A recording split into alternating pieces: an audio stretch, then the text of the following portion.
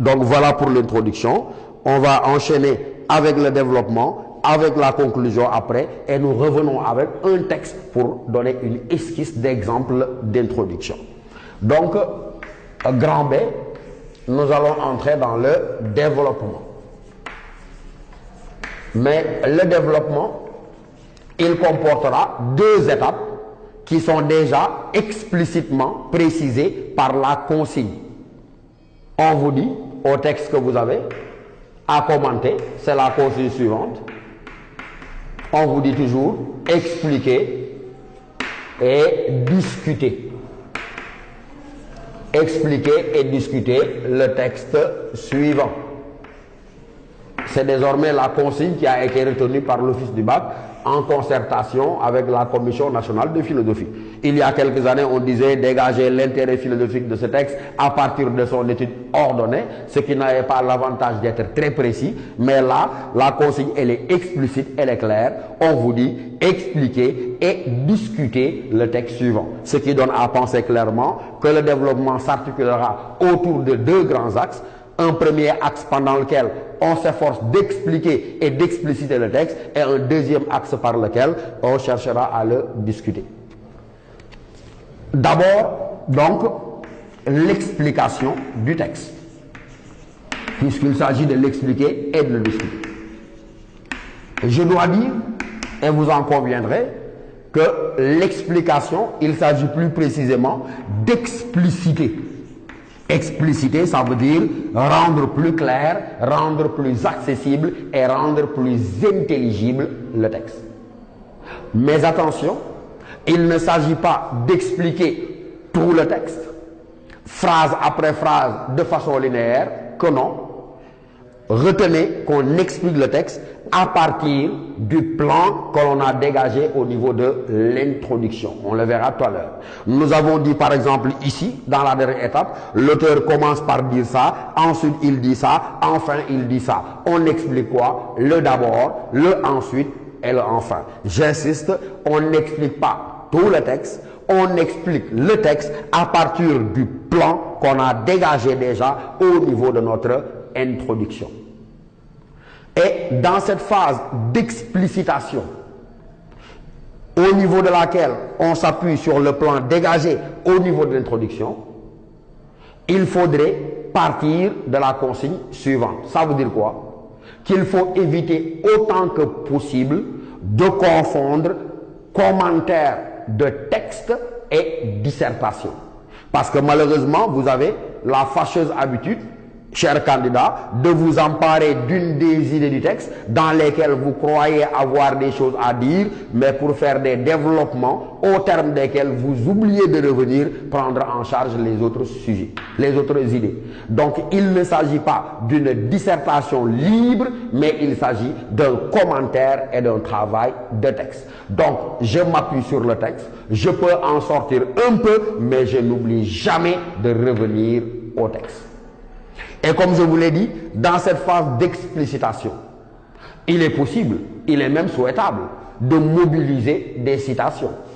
Les citations peuvent être internes, empruntées au texte, pour montrer au correcteur que ce que nous disons, nous le fondons sur le texte, ou bien elles peuvent être externes au texte, mais l'essentiel, c'est qu'elles aillent dans le même sens que ce que vous êtes en train de vouloir montrer dans le travail de commentaire. Et donc, l'explication, il faudra également éviter, comme j'ai dit, de faire du texte un simple prétexte.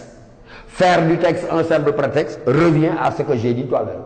Ça veut dire que j'isole une des idées où je crois avoir beaucoup de matière, mais en oubliant de revenir prendre en charge les autres idées. Donc le texte n'est pas un prétexte. Il faudrait avoir ce qu'on appelle la religion du texte, savoir que le cadre de notre réflexion est circonscrit à l'intérieur du champ ouvert par le texte lui-même.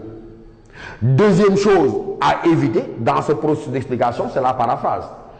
La paraphrase consistant simplement pour certains candidats à s'amuser, à déplacer une virgule, à changer l'ordre des mots, à changer un mot par un synonyme, ce n'est pas une explication, ça c'est de la pure paraphrase.